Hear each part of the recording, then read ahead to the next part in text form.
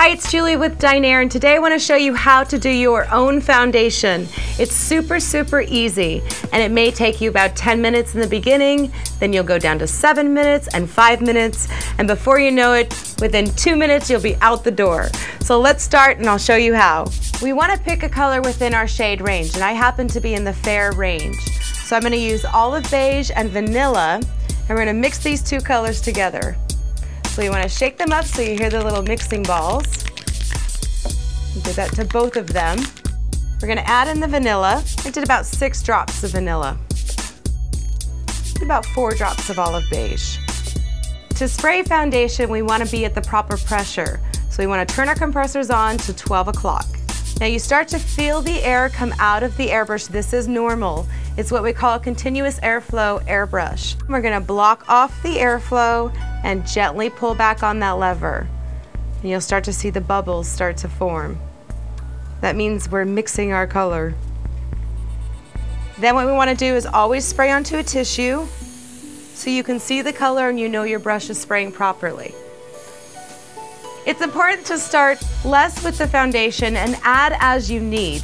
So we're going to start with a light little pass of dots, and then if I need more coverage, I'll go back over it and let the dots fill in. We want to start 6 inches away. This is the distance for foundation.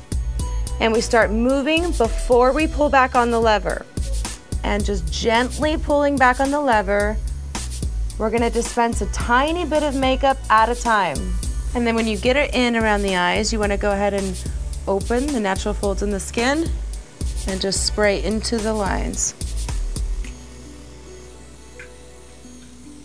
Now, if I have a blemish, it's super easy.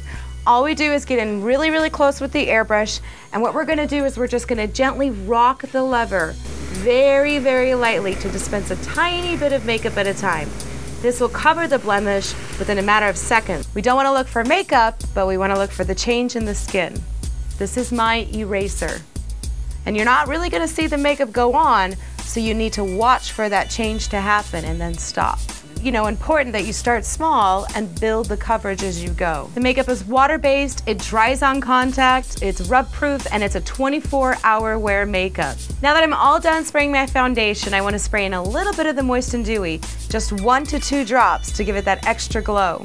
Our makeup is matte finish, dries on contact, and there's no need for powder. We're going to add 1 drop of Moist and Dewy. We'll spray into a tissue. And a little goes a long way, so make sure to only spray it where you feel like you need it. I feel a little dry in this area, so we'll spray a little here.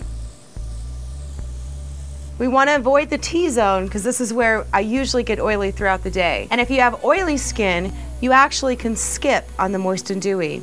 And you can add the Moist and Dewy to your lips. This is your airbrush, and it is your friend, and it's super easy. The first place I want to look, if I feel like nothing's coming out, or if my airbrush is just a little bit hesitant, we want to check in the front of the airbrush and clean off that dry tip. So I'm going to show you how to do that. Gently remove the front air caps, and we'll just moisten a Q-tip with cleaner.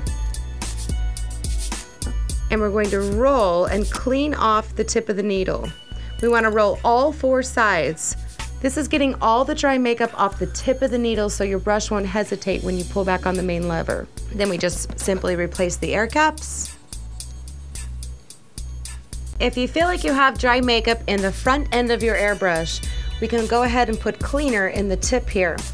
What we want to do is take a tissue, we're going to lie it underneath the airbrush, and with the compressor turned off, we're going to drop a few drops of cleaner into the front end of the airbrush. And we can pull back on the lever as we do this to let the cleaner fall down inside through the tip.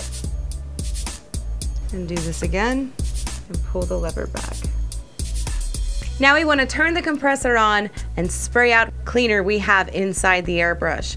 But we want to hold the tissue in front of it because it will spit out what we've just put in. So we're going to go ahead and turn on the compressor